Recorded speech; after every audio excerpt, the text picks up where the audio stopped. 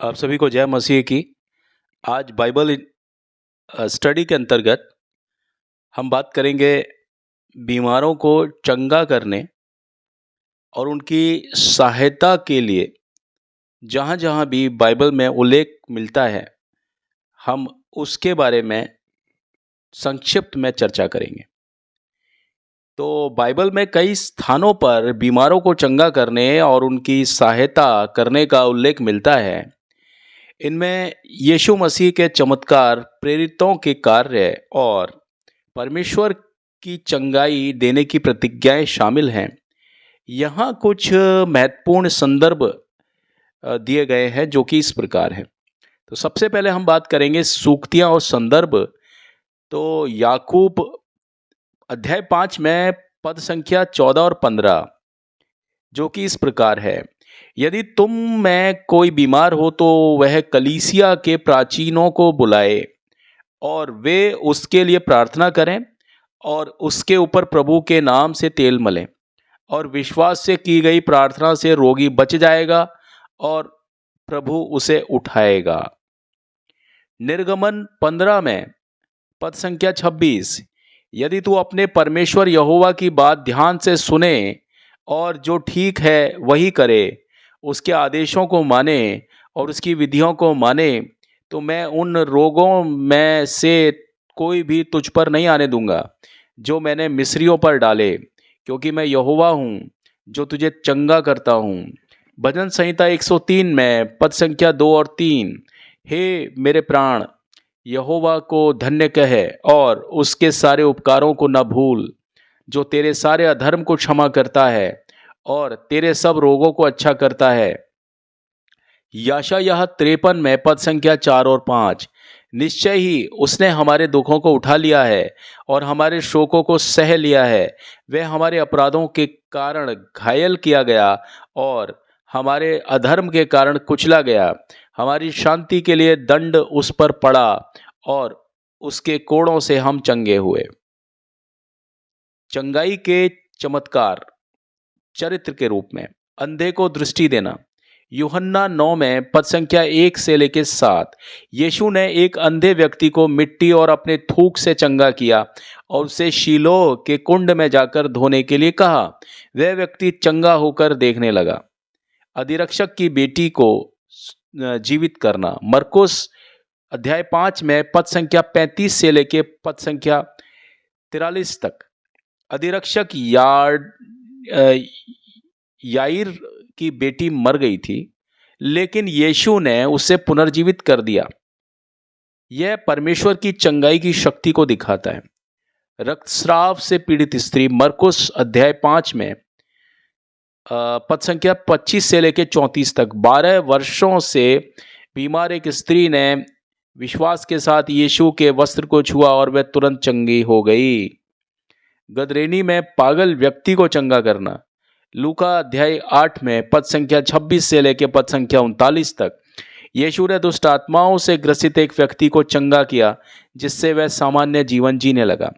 अध्याय जो चंगाई के विषय में बोलते हैं, मत्ती 8 और 9 अध्याय। मत्ती 8 में यीशु ने कोढ़ी को चंगा किया, सूबेदार के सेवक को ठीक किया और पतरस की सास को बुखार से चंगा किया। मत्ती 9 में एक मरे हुए व्यक्ति को पुनर्जीवित किया और कई रोगियों को ठीक किया। प्रेरितों के काम 3 में पद संख्या 1 से लेकर 10 तक। प्रेरित पतरस और यूहन्ना ने एक जन्म से लंगड़े व्यक्ति को चंगा किया। यह प्रेरितों की चंगाई देने की शक्ति को दर्शाता है। प्रार्थना और चंगाई के वचन 2 इतिहास 7 में पद संख्या 14, यदि मेरे लोग जो मेरे नाम से पुकारे जाते हैं अपने आप को दीन करें और प्रार्थना करें और मेरा मुख चाहें, तो मैं उनकी भूमि को चंगा करूंगा। भजन संहिता 107 में पद संख्या 20, उसने अपना वचन भेजा और उन्हें चंगा किया और उन्हें उनके विनाश से बचाया। इन संदर्भों को अपने जीवन में विश्वास और प्रार्थना के साथ लागू करें और परमेश्वर से चंगाई की शक्ति का अनुभव करें। नए नियम और चंगाई के उदाहरण कुछ इस प्रकार हैं। अंधे भिखारी बर्तिमाई को चंगा करना। मरकुस अध्याय 10 में पद संख्या 46 से लेकर पद संख्या 52 तक बर्तिमाई एक अंधा भिखारी ने यीशु को पुकारा, हे दाऊद की संतान मुझ पर दया कर। यीशु ने उसकी प्रार्थना सुनी और उसे चंगा किया। कुष्ठ रोगियों को चंगा करना। लूका 17 में पद संख्या 11 से लेकर पद संख्या 19 यीशु ने 10 कुष्ठ रोगियों को चंगा किया, जिनमें से केवल एक ही वापस आकर धन्यवाद देने के लिए आया। यह घटना आभार और विश्वास का महत्व सिखाती है। पूल ऑफ बेथेस्दा का चमत्कार। यूहन्ना अध्याय 5 में पद संख्या 1 से लेकर पद संख्या 15 यीशु ने 38 वर्षों से बीमार एक व्यक्ति को बेथेस्दा के कुंड के पास चंगा किया। यह इस बात को प्रदर्शित करता है कि यीशु की शक्ति में समय और परिस्थिति की कोई सीमा नहीं है। एक मृत व्यक्ति को पुनर्जीवित करना। लूका अध्याय 7 में पद संख्या 11 से लेकर पद संख्या 17 तक यीशु ने नाइन के नगर में एक विधवा के बेटे को जीवित किया। इस चमत्कार ने दिखाया कि यीशु जीवन और मृत्यु दोनों पर अधिकार रखते हैं। अध्याय जो विश्वास, प्रार्थना और चंगाई पर आधारित हैं। मरकुस अध्याय 16 में पद संख्या 17 और 18 जो विश्वास करते हैं उनके साथ ये चिन्ह होंगे, वे मेरे नाम से दुष्ट आत्माओं को निकालेंगे, नई नई भाषाएं बोलेंगे, सांपों को उठाएंगे, और यदि वे कोई जहर या विष पिएंगे तो उन्हें किसी भी प्रकार की कोई हानि नहीं पहुंचाएगा। वे रोगियों पर हाथ रखेंगे और वे अच्छे हो जाएंगे। यशायाह 41 में पद संख्या 10 मत डर क्योंकि मैं तेरे साथ हूँ, निराश मत हो क्योंकि मैं तेरा परमेश्वर हूँ। मैं तुझे स्थिर करूँगा, तेरी सहायता करूँगा और अपने धार्मिक दाहिने हाथ से तुझे थामे रहूँगा। मत्ती पुस्तक 4 में अध्याय पद संख्या 23 और 24 में यीशु सारे गलील में फिरता रहा, उनकी सभाओं में उपदेश देता रहा, राज्य का सुसमाचार सुनाता और हर प्रकार की बीमारी और कमजोरी को चंगा करता। चरित्रों का विश्वास और चंगाई में योगदान। नौकर का विश्वास। मत्ती अध्याय 8 में पद संख्या 5 से लेकर पद संख्या 13 एक सूबेदार ने अपने नौकर के लिए प्रार्थना की। यीशु ने उसके विश्वास को देखकर नौकर को दूर से ही चंगा कर दिया। यह इस बात को दर्शाता है कि चंगाई के लिए स्थान की सीमा नहीं होती, केवल विश्वास ही होना चाहिए। स्त्री का विश्वास जिसने यीशु का वस्त्र छुआ।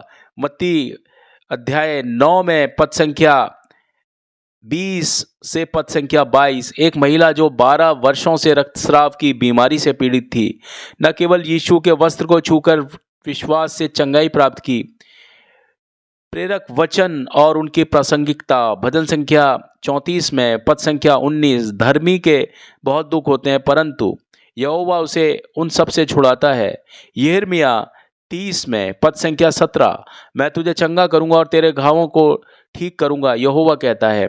भजन संहिता 41 में पद संख्या 3 यहोवा उसे बीमारी के समय बल देगा, तू उसे उसकी रोग शैया पर ठीक करेगा। चंगाई के लिए प्रार्थना का महत्व। बाइबल में स्पष्ट है कि चंगाई केवल चमत्कारों पर निर्भर नहीं करती, बल्कि प्रार्थना, विश्वास और परमेश्वर की दया पर आधारित होती है। फिलिपियो 4 में पद संख्या 6 और 7 किसी भी बात की चिंता मत करो, क्योंकि हर बात में प्रार्थना और निवेदन के द्वारा धन्यवाद और साथ अपनी याचना परमेश्वर को प्रस्तुत करो, और परमेश्वर की शांति जो सारी समझ से परे है तुम्हारे दिलों और दिमागों में रक्षा करेगी। बाइबल बीमारों को चंगाई देने का न केवल वादा करती है बल्कि सिखाती है कि कैसे विश्वास और प्रार्थना के माध्यम से यह संभव होता है। यीशु मसीह के चमत्कार और उनके प्रेरितों के कार्य यह प्रमाणित करते हैं कि बीमारियों पर विजय संभव है, बशर्ते विश्वास और समर्पण का भाव हो। आप इन वचनों और संदर्भों को बीमारी की प्रार्थना में उपयोग कर सकते हैं। यह उनके लिए एक प्रेरणा और आशा का स्रोत बन सकते हैं। इन वचनों के जरिए परमेश्वर आपको बहुतायत से आशीष दें। आमीन।